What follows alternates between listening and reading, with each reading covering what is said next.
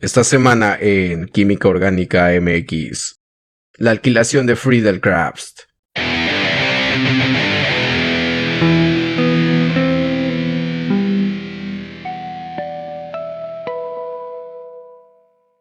La aromaticidad en el contexto de la química orgánica no se refiere a los aromas que pueda desprender una sustancia, sino más bien a una serie de características estructurales que confieren propiedades especiales a una molécula. Dichas características se pueden resumir básicamente en 4: una estructura cíclica, dobles enlaces alternados, planaridad y el cumplimiento de la regla de Huckel.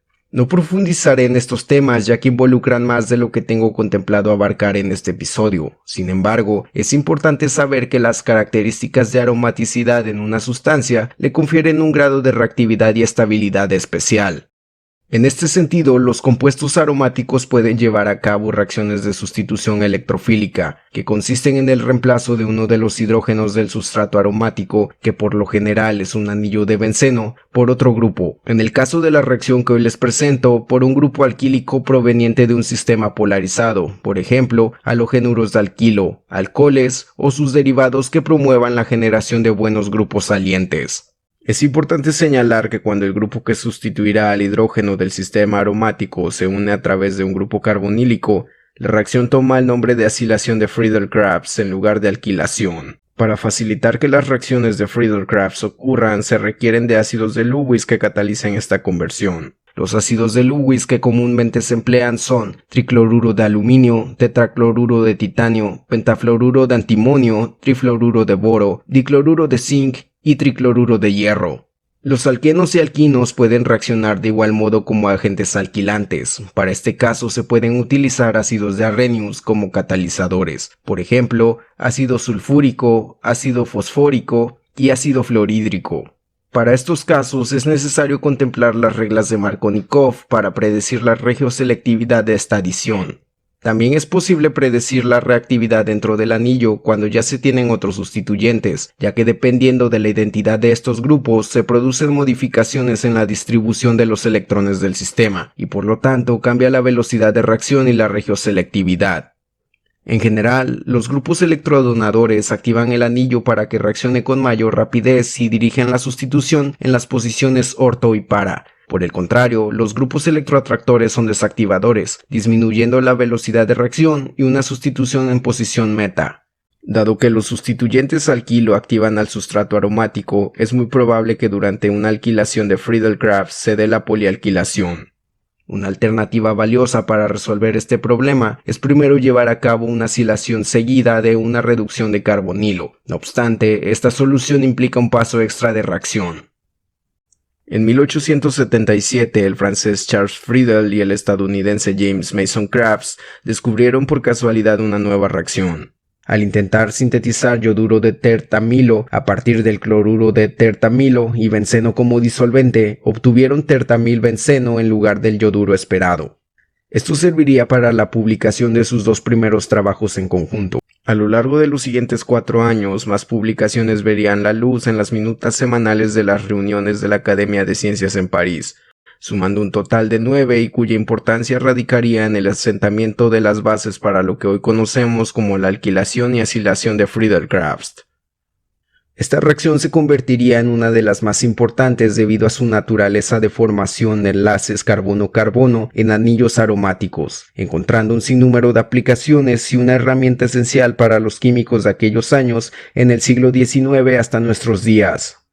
Charles Friedel fue un químico, físico y matemático francés nacido en Estrasburgo, en el seno de una familia acomodada y con linaje en las ciencias, por lo que desde su juventud tuvo científicos a su alrededor, como su compatriota Louis Pasteur. Al inicio de su carrera se dedicó a una de sus pasiones que era el estudio y colección de minerales. No obstante, en 1854 empezaría a trabajar en el laboratorio del ya reconocido Adolf Wurtz, con el que asentaría una buena amistad. En esta etapa se desarrolló en el campo de la química orgánica, estudiando aldehídos y cetonas, haciendo síntesis importantes como la del ácido láctico y el alcohol isopropílico. En ese mismo lugar conocería a James Mason Crafts, un químico proveniente de Boston, Estados Unidos, que llegó a Francia después de estar en Alemania y trabajar para Robert Bunsen. Crafts fue uno de los pioneros en el estudio de los compuestos de silicio, y un dato interesante sobre él es que durante la década de los 1860s trabajó en México como inspector de minas para el imperio de Maximiliano de Habsburgo. La molécula objetivo de este episodio es un hidrocarburo conocido como cumeno, también llamado propan-2-il-benceno o bien isopropilbenceno. Su apariencia es la de un líquido incoloro con una solubilidad en agua muy baja, siendo soluble en etanol y en la mayoría de los disolventes orgánicos. Su densidad es de 0.86 gramos por mililitro, ebulle a 152 grados centígrados y fusiona a menos 96 grados. El cumeno se puede obtener de fuentes naturales como el alquitrán de hulla o el fraccionamiento del petróleo, pero también puede ser producido mediante la alquilación del benceno con propileno a alta presión y temperatura, que en décadas pasadas se catalizaba con diferentes reactivos como trifluoruro de boro, ácido fluorhídrico, cloruro de aluminio y ácido fosfórico, siendo actualmente más común la catálisis por medio de zeolitas. Industrialmente, esta reacción es muy importante, ya que es el primer paso para la obtención de fenol y acetona, cuyo proceso fue inventado por dos soviéticos de apellidos Udrich y Sergeyev, que simultáneamente llegaron a conclusiones similares que el alemán Heinrich Hock en la década de los 40. A grandes rasgos, este proceso involucra la formación de un radical de cumeno que se oxida a hidroperóxido, mismo que se rearregla y posteriormente se fragmenta para formar fenol y acetona como subproducto. Cabe señalar que además de estos dos valiosos compuestos, el isopropilbenceno también sirve como material de partida para la obtención de acetofenona, alfa-metilestireno, diisopropilbenceno y peróxido de dicumilo. El cumeno encuentra aplicaciones en industrias importantes como la farmacéutica, textil y minera. También forma parte de la fabricación de acero, papel, caucho, impermeabilizantes, plásticos y esmaltes, debido a su acción como disolvente y menor toxicidad con respecto del benceno. Otros usos importantes son la fabricación de gasolinas de alto octanaje y como catalizador para la polimerización de resinas acrílicas. La reacción que vamos a ejecutar en esta ocasión será la síntesis de cumeno a partir de benceno y 2-cloropropano, catalizada por tricloruro de aluminio. Como ya fue mencionado en la introducción, el mecanismo de esta reacción es un ejemplo de sustitución electrofílica aromática. El mecanismo comienza con la reacción ácido-base entre el compuesto alquilante y el ácido de Lewis. En este caso, el 2-cloropropano reacciona con el tricloruro de aluminio para formar un complejo que aumenta la carga parcial en el átomo de carbono que soporta el cloro, aumentando su carácter electrofílico. Cabe mencionar que cuando este carbono es secundario o terciario, el complejo tiende a disociarse para formar un intermediario carbocatiónico. Posteriormente, los electrones del anillo de benceno atacan al carbocatión, dejando como resultado un ion arenio y un anión de tetracloruro de aluminio. Para estabilizarse, uno de los átomos de cloro asiste la pérdida del hidrógeno en posición ipso con respecto al grupo isopropílico introducido, dejando libre un par de electrones para ingresar al sistema insaturado y reconstruir la aromaticidad de la estructura, llegando así a la formación del cumeno y ácido clorhídrico como subproducto, además de la regeneración del catalizador a su forma inicial. Es hora de hacer química. Como es habitual, antes de iniciar una reacción es necesario realizar los cálculos para conocer las cantidades necesarias de cada reactivo. Posteriormente haré un video acerca de cómo hacer los cálculos y qué datos se deben de tener en cuenta. Como siempre, aconsejo tener listos todos los materiales y sustancias antes de empezar a hacer cualquier mezcla. En primer lugar, empezaremos pesando en nuestra balanza analítica el tricloruro de aluminio sobre el matraz de reacción. Posteriormente mediremos el benceno con ayuda de una probeta. Recuerden que esta sustancia es cancerígena, por lo que evitaremos la exposición directa. Una vez que el benceno ha sido medido, lo verteremos en el matraz.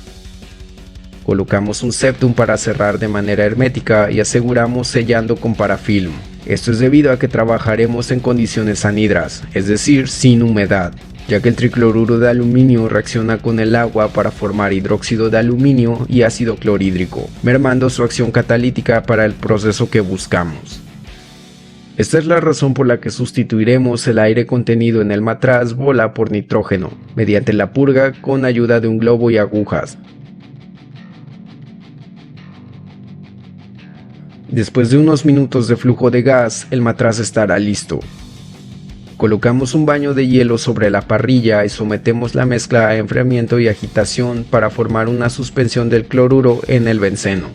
Bajar la temperatura es una medida de seguridad por la naturaleza exotérmica de la reacción y que la adición del 2-cloropropano se haga de forma controlada.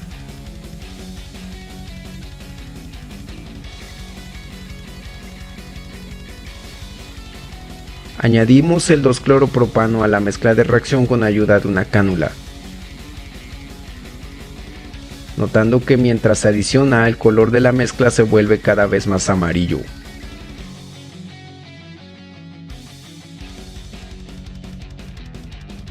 Terminada la adición, removemos el globo y liberamos el gas de su interior en la campana de extracción. Recordemos que el globo contiene ahora nitrógeno y ácido clorhídrico proveniente de la reacción en curso. Por esta razón decidí retirarlo, ya que usualmente en reacciones anhidras se suele dejar el suministro de nitrógeno. No obstante, como esta reacción estará liberando ácido clorhídrico constantemente, es probable que se termine reventando. Pasada la etapa crítica de liberación de calor, retiramos el matraz del baño de hielo y agitamos 24 horas a temperatura ambiente.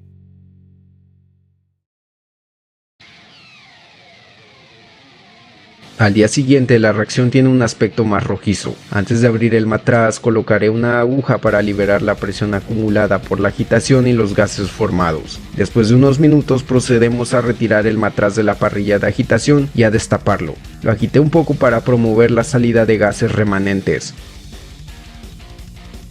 Hago énfasis en que el extractor debe de estar encendido antes de quitar el tapón. Así que continuaremos con la etapa de workup, para lo cual trataremos el crudo de reacción con una disolución concentrada de bicarbonato de sodio. El objetivo es neutralizar el ácido remanente. Es importante mencionar que estas neutralizaciones pueden llegar a ser violentas, por lo que es aconsejable adicionar la base de forma atenta y controlada. La efervescencia y la formación de un sólido blanco delatan la aparición de dióxido de carbono y cloruro de sodio. Seguí añadiendo disolución de bicarbonato hasta que dejó de haber signos de reactividad. El sistema se desmonta y ahora el crudo presenta un color transparente, el cual se vierte sobre un embudo de separación. La fase acuosa, que es más densa, se descarta, ya que contiene disuelto al tricloruro de aluminio restante, posiblemente hidróxido de aluminio, bicarbonato de sodio y cloruro de sodio, productos que no nos interesan, para trabajar únicamente con la fase orgánica, cuya composición consiste de benceno que no reaccionó, subproductos de la polialquilación y nuestro producto de interés, el cumeno. Esta fase orgánica se lava con otra porción de disolución concentrada de bicarbonato de sodio,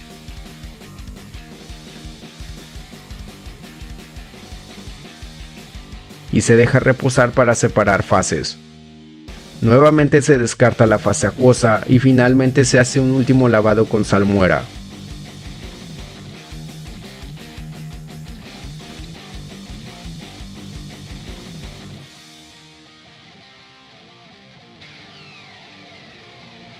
La fase orgánica se colecta y se remueven los residuos de agua con el tratamiento de sulfato de sodio anhidro.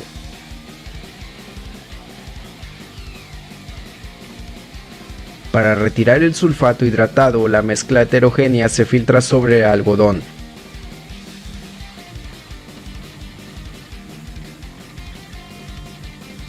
Y así obtener la fase orgánica seca. Yo incluso añadí unos mililitros de diclorometano para lavar bien el embudo y asegurar que toda la materia orgánica pasara por el filtro. Lo siguiente es correr una cromatografía en capa fina para observar la composición del obtenido tras la reacción. Hice 3 aplicaciones. La primera de ellas es la fase orgánica, la segunda es el 2-cloropropano para ver si se consumió y finalmente un punto cruzado de ambos para comparar.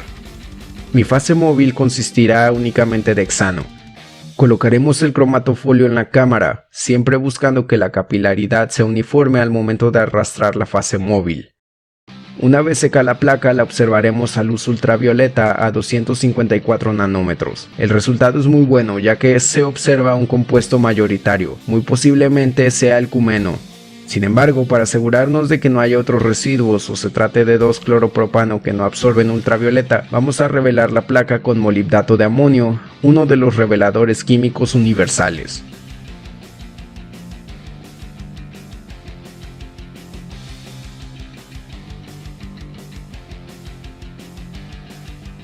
Efectivamente, al revelar se observa que se trata de un compuesto diferente, pero que contiene más componentes, por lo que será necesaria una etapa de purificación. Encenderemos el rotavapor para concentrar la mezcla. Con esto estamos removiendo principalmente el benceno que no reaccionó y el diclorometano que usé para enjuagar el embudo. Con la mezcla concentrada lista, procedemos a realizar un procedimiento de cromatografía flash. Un tip para un mejor rendimiento de la sílica que utilizaré como fase estacionaria es someterla a calentamiento por microondas un par de minutos para extraer la humedad que pudiera haber acumulado. Y una vez enfriada, rellenamos la columna y empacamos con la fase móvil hasta la uniformidad. Inyectamos la mezcla a separar y fraccionamos mientras monitoreamos por TLC.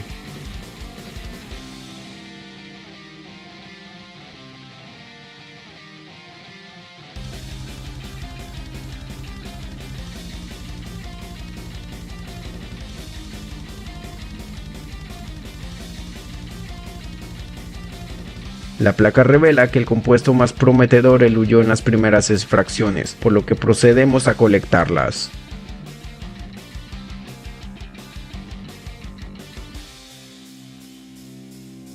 Nuevamente llevamos al rotavapor para destilar el hexano de la fase móvil utilizada. Dejaremos varios minutos a baja presión para secar el producto.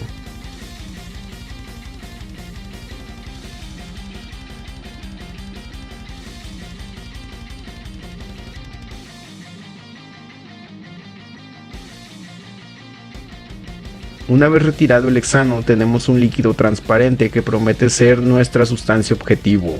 Para confirmarlo, prepararé una muestra para resonancia magnética nuclear y lo analizaremos.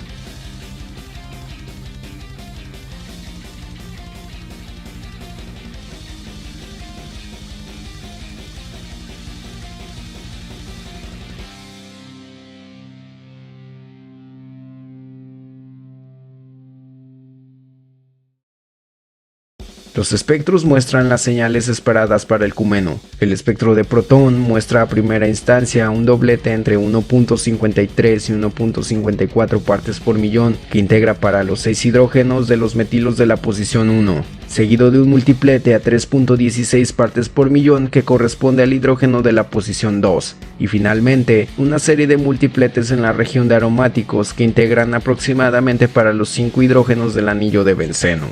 En el experimento DEPQ para carbono, se observa en fase negativa los metilos de la posición 1 a 24.12 partes por millón, seguido por el metino de la posición 2 a 34.32 partes por millón. A frecuencia más alta se observan los carbonos de benceno de las posiciones para, orto y meta respectivamente. Y finalmente, a 148.72 partes por millón, aparece el carbono cuaternario en fase positiva de la posición ipso. Confirmada la estructura, calculamos el rendimiento, siendo en esta ocasión del 39%.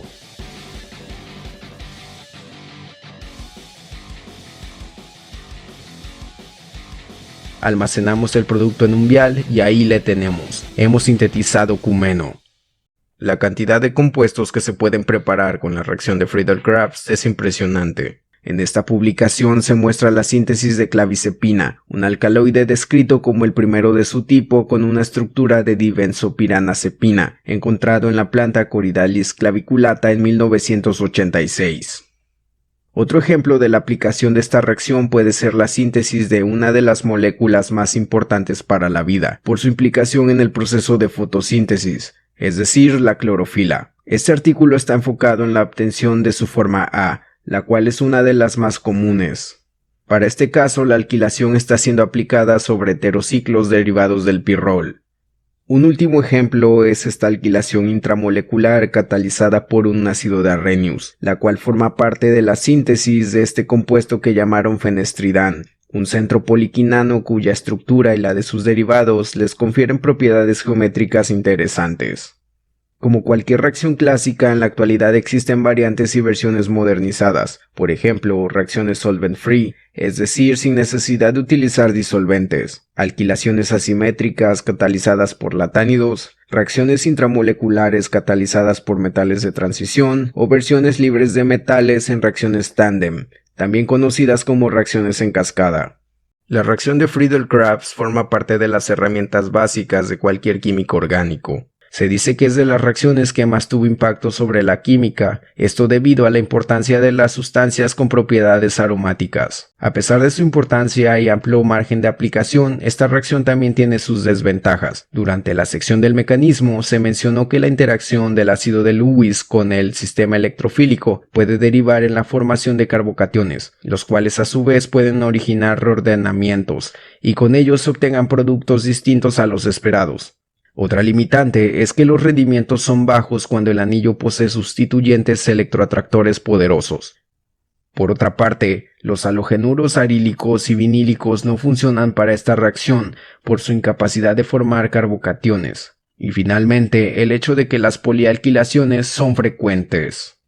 Hasta la próxima, y recuerden, todo es cuestión de química.